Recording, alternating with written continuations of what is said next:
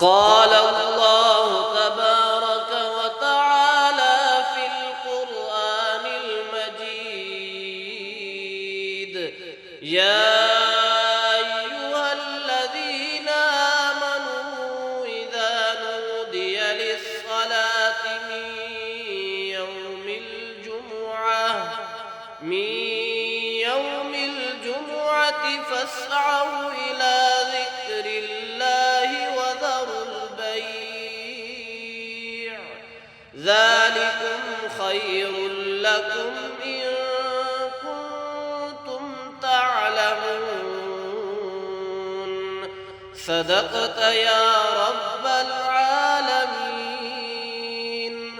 قال النبي صلى الله تعالى عليه وسلم: إن يوم الجمعة سيد الأيام وأعظمها عند الله.